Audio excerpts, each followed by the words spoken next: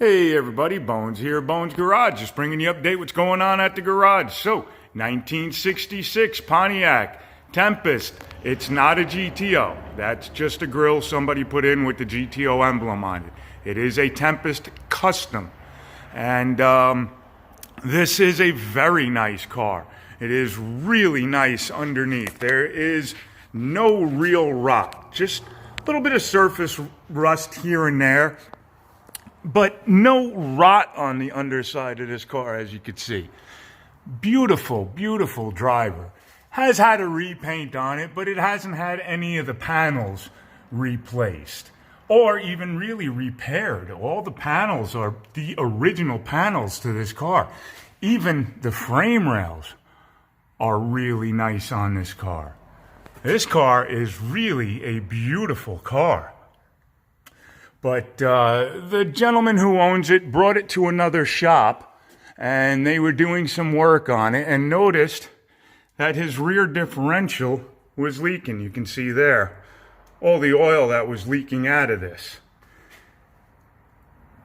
Whoever was working on it in the shop figured that if they tighten up the pinion nut, they can get it to stop leaking. But the problem is, that won't work. All that did was move the whole pinion gear forward. So it moved it this way in the differential, which is moving it away from the ring gear. And when we go on this side, I can show you.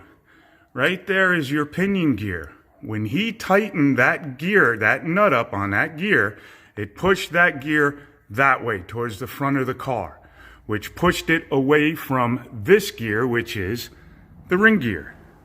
So the power comes from the drive shaft to the yoke to the pinion gear. From the pinion gear, it goes to the ring gear, which transfers the power laterally to either side and out to each tire. So it goes through the axles and out to each tire. When he pulled that forward, he changed where the pinion gear hits the ring gear. So right now, we just put the new gears in here. They're a nice new set of 373 gears. He had a set of 430s in here because the car at one time was a 8th mile race car. But the problem with the 430 gears is with the 4-speed open gear ratio transmission, when you hit 4th gear, you can only do about 50 miles an hour in this car, and you're pushing it. So we went ahead, got a nice set of 373s, should be able to do 75 miles an hour on the highway now, between 70, 75 on the highway comfortably. But again, when they push that pinion gear forward, it moves the pinion gear on the ring gear. Now we're looking at the back side of the ring gear. The pinion hits the front side. So it actually moves the pinion gear this way onto the gear. When he started driving it afterwards, the rear end vibrated just immensely. It vibrated the whole car at about 40 miles an hour. He couldn't drive it. Went back, they loosened it up a little bit. It slowed the vibration down a little because it put it a little bit closer to where it's supposed to be in the middle of the gear. But it was still out now. The whole thing was messed up because now the pinion gear is able to go forward and back as you take off and stop. So it was riding from here to here on your gear. Now we're talking thousandths of an inch clearances on these. So this is your crush collar. This crush collar goes between the two bearings in your pinion gear. There's one bearing here, which is your forward bearing, and there's one bearing here, which is your rear bearing for your pinion. The crush collar determines how tight the pinion gear to these two bearings are.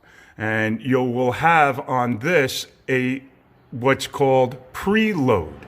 And you only want on this car to be a maximum of about 19 inch-pounds of preload. 14 would be your least. 19 would be your maximum. So that's where you want to be. I believe those were the numbers we used on this. I got to look in my book and I can tell you. So we got that all set up. But when you tighten this nut, it crushes this collar down smaller, making the pinion move towards the front of the car. Now he loosens it.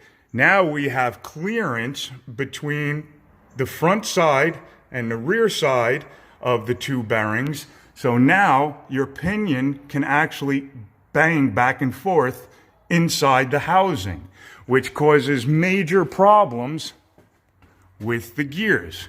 So when we first took this thing apart and we drained the oil out of it, the gear oil, it looked like beautiful metallic paint because it just ate all the gears up.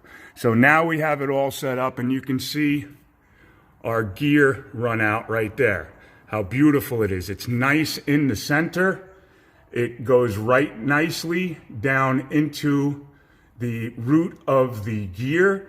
And this is your drive side. So this is a really, really nice pattern we have here. And then here is your coast side. And the same thing. Goes nicely into the root, comes in nicely, goes out nicely. So it is a very nice setup. We got it really good. And just to give you a brush up, this is your toe, this is your heel, that's the root, and that's the outside of the gear. This side here is your drive side. And this side of this gear is the coast side of the gear. So in other words, when you're in drive, the pinion gear will be pushing on this side of the gear, right there that you're looking at. And when you're in reverse, the pinion gear will be pushing on this side of the gear, or coasting. And this is our backlash on the gear, 8 thousandths. And we're supposed to be between 6 and 10 thousandths backlash, and we're at about 8, just into 8.5. So we're perfect on our backlash, and the backlash is set because as the gears heat up, this rear end will get up to about anywhere from 150 to 210 degrees, depending on how hard you are on it and how long you've been on it. So these gears are going to want to expand, and that's what the backlash is for, to allow for expansion without eating up the gears. So we did all new bearings, new shims, new everything. Everything's new in there. We also replaced the seals, and then we did new set of brakes. We also put new seals on the outer. We put a new bearing for the axle, and we're about to put this thing together. So came out really nice. I'm really happy with it. Also, his axle seals, those seals there, were leaking, and you can see how wet these brakes are. So he had no back brakes. So that's why we're changing all the seals. And if you look in there, you can see how wet the wheel cylinder is. So brake fluid is just starting to leak out of the seals. You see it? See it all pooling up? So the brake fluid is just starting to leak into or out of the wheel cylinders, and it was starting to flow. This one, I believe, was flowing. Yeah, this one was the one that was leaking bad. So that's why we do some of the things we do. Alrighty, guys. I will talk to you real soon. Take you for a ride in this car when we're all done with her. She's a really nice car. Really like this car. Have fun. Talk to you soon. Okay, bye.